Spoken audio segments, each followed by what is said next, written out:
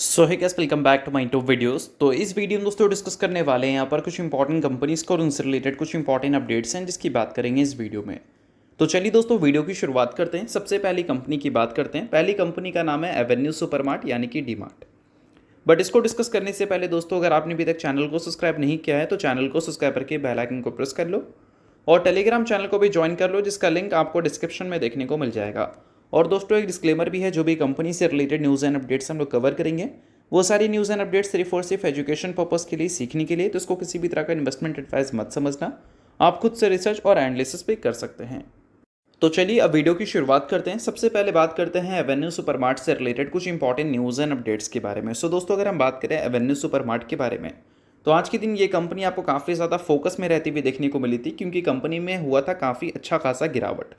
अब गिरावट का रीज़न देखा जाए तो ब्रोकरेज हाउस भी बोल सकते हो और साथ में कंपनी के Q2 के बिजनेस अपडेट भी आप बोल सकते हैं। अब Q2 के जो बिजनेस अपडेट्स कंपनी ने रिपोर्ट किया, उसमें जो हमें स्टैंड अलोन ग्रोथ देखने को मिली कंपनी के रेवेन्यू में, वो 15.4% से देखने को मिला। और अगर हम पिछले 3 साल का एवरेज ग्रोथ अगर देखें इस कंपनी का, तो हमें 15.8% CAGR से देखने को मिली है।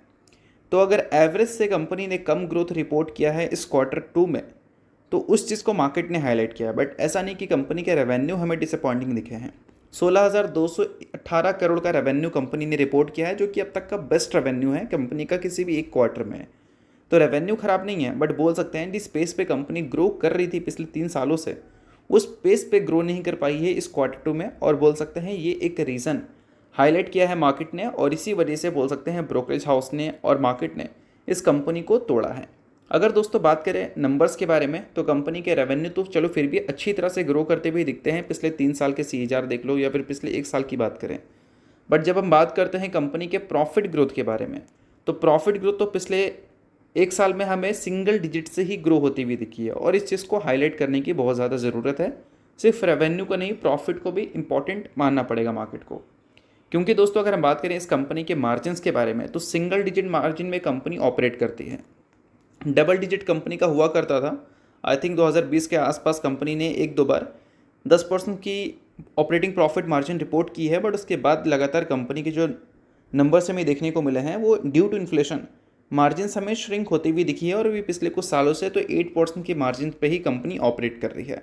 बाकी देखते हैं कि आगे चलकर कंपनी के मार्जिन्स हमें इंक्रीज़ होते हुए देखने को मिलते भी है नहीं। बट अभी के टाइम पे रेवेन्यू को ज़्यादा इंपॉर्टेंस मार्केट दे रही है, तो वो चीज़ आपको मैंने समझा दिया।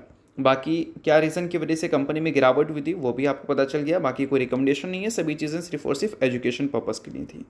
सो अब दोस्तों वीडियो में आगे बढ़ने से पहले बात कर लेते हैं सेबी रजिस्टर्ड टेलीग्राम चैनल के बारे में, जिसको चाहो तो आप ज्वाइन कर सकते हो। अब ज्वाइन करने का सबसे बड़ा बेनिफिट क्या है वो मैं आपको समझा देता हूँ। देखो, मार्केट से रिलेटेड जो इंपॉर्टेंट एनालिसिस होते हैं वो आपको यहाँ पर देखने को मिलता है, वो भी बिल्कुल फ्री ऑफ कॉस्ट।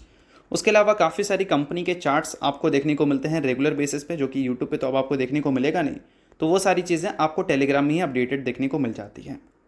और इसके अलावा दोस्तों सेबी रजिस्टर्ड टेलीग्राम चैनल है, तो यहाँ पर आपको काफ़ी सारे कॉल्स वगैरह भी देखने को मिलते हैं, जिसका भी बेनिफिट आप ले सकते हैं। पास्ट में जो कॉल्स वगैरह यहाँ पर देखने को मिले थे, उसकी परफॉर्मेंस भी हमें काफ़ी अच्छी देखने को मिली थी, जिसको आप चाहो तो नोट डाउन कर सकते हैं। और साथ में दोस्तों यहाँ पर लाइव आकर जो भी आपके डाउट्स इंक्वायरीज हैं वो भी क्लियर किया जाता है। तो लिंक इसका आपको डिस्क्रिप्शन में देखने को मिल जाएगा। लिंक के थ्रू जाकर आप सेबी रजिस्टर्ड टेलीग्राम चैनल को ज्वाइन कर लेना।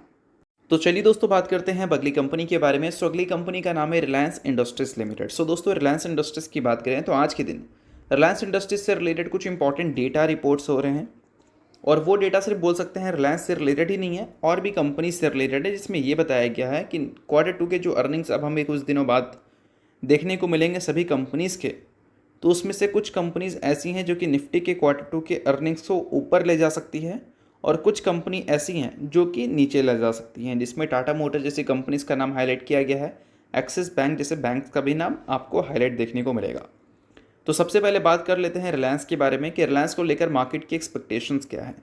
तो इस बार मार्केट उम्मीद कर रही है रिलायंस इंडस्ट्रीज से इनके जो नेट प्रॉफिट हैं उसमें 22.1% की ग्रोथ हमें विटनेस करने को मिल सकती है, और 20,200 करोड़ का नेट प्रॉफिट कंपनी रिपोर्ट कर सकती है। और निफ्टी के Q2 के प्रॉफिट की बात करें तो उसमें 10.4% का कॉन्ट्रीब्यूशन रिलायंस इंडस्ट्रीज का दिख सकता है। अब देखो, निफ्टी का Q2 का प्रॉफिट क्यों मेंशन किया गया वो मैं आपको बता देना चाहूँगा। देखो, निफ्टी 50 कंपनी को ओन करती है, अब ये 50 कंपनी के प्रॉफिट को आप मेंशन कर लो, टोटल ऐड कर लो, और उसका 10% रिलायंस इंडस्ट्रीज़ रिपोर्ट करेगी, ऐसा मार्केट उम्मीद कर रही है। अब मार्केट 10% उम्मीद कर रही है तो 10% रिपोर्ट होना चाहिए, और रिपोर्ट अगर हुआ तो अच्छी बात है, और नहीं हुआ तो मार्केट हो सकता है कि बोल दे कि एक्सपेक्टेशंस के हिसाब से नंबर नहीं थे। और दोस्तों अगर हम बात करें इंक्रीमेंटल इंडेक्स के प्रॉफिट के बारे में, तो वहाँ per year on year basis पे 35% की ग्रोथ रिलायंस इंडस्ट्रीज़ आपको रिपोर्ट करती हुई नजर आ सकती है। तो इन सारी चीज़ों को आप नोट ज़रूर कर सकते हो। बाकी क्वार्टरली रिजल्ट की बात करें तो Q2 के रिजल्ट के डेट्स अभी तक कंपनी की तरफ से आए नहीं है। जब भी आएंगे देखना काफ़ी इंपॉर्टेंट रहेगा, क्योंकि पिछले क्वार्टर में कंपनी ने 30,700 करोड़ का प्रॉफिट रिपोर्ट किया था, और इस बार मार्केट 20,000 करोड़ की उम्मीद कर रही है। और 20,000 करोड़ के हिसाब से नंबर दिखते हैं या नहीं, अगर दिखते हैं तो ईयर ऑन ईयर बेसिस पे मार्केट के हिसाब से डबल डिजिट में ग्रोथ आएगी, और क्यू एन क्यू बेसिस पे डी ग्रोथ हमें देखने को मिलेगा। बाकी देखते हैं कि कंपनी के रिजल्ट हमें कब और कैसे देखने को मिलते हैं। तो चलिए इसके अलावा बात करते हैं अगली कंपनी के बारे में। सो अगली कंपनी का नाम है दोस्तों एंजल वन लिमिटेड। बट इसको डिस्कस करने से पहले दोस्तों, अगर आपने अभी तक सेबी रजिस्टर्ड टेलीग्राम चैनल को ज्वाइन नहीं किया है तो उसको जाकर आप ज्वाइन कर लेना। इसका लिंक आपको डिस्क्रिप्शन में देखने को मिल जाएगा, बिल्कुल फ्री ऑफ कॉस्ट इसको ज्वाइन कर सकते हैं आप। तो दोस्तों अगर हम बात करें एंजल वन के बारे में, सो एंजल वन आज के दिन आपको काफ़ी ज़्यादा फोकस में रहती हुई देखने को मिली थी। इसके पीछे का सबसे बड़ा रीज़न क्या है? एंजल वन की परफॉर्मेंस। आज के दिन काफ़ी अच्छी परफॉर्मेंस हमें एंजल वन की तरफ से विटनेस करने को मिला था। इसके पीछे का सबसे बड़ा रीज़न है कंपनी के Q2 के बिजनेस अपडेट्स। Q2 का बिजनेस अपडेट्स कंपनी का काफ़ी हमें स्ट्रॉन्ग देखने को मिला है, अगर हम ईयर ऑन ईयर बेसिस पे कंपैरिजन करें तो। अब एग्जैक्ट नंबर्स हमें कैसे देखने को मिले हैं, तो देखो यहाँ पर मेंशन किया गया है कि कंपनी का जो क्लाइंट बेस है वो हमें 1.5% से ग्रो होता हुआ दिखा है मंथ ऑन मंथ बेसिस पे। 34.08 मिलियन क्लाइंट कंपनी के हो चुके हैं अगर हम अगस्त से कंपैरिजन करें तो। और दोस्तों ईयर ऑन ईयर बेसिस की बात करें तो यहाँ पर तो ग्रोथ हमें 24% की देखने को मिली है। और इसके अलावा अगर हम बात करें ग्रॉस क्लाइंट एक्विजिशंस के बारे में, तो वहाँ per month on month basis पे ज़्यादा नहीं 0.6% की ही ग्रोथ दिखी है। But year on year basis पे देखोगे तो यहाँ पर नंबर थोड़ा शॉकिंग है, 42% की गिरावट हमें विटनेस करने को मिला है।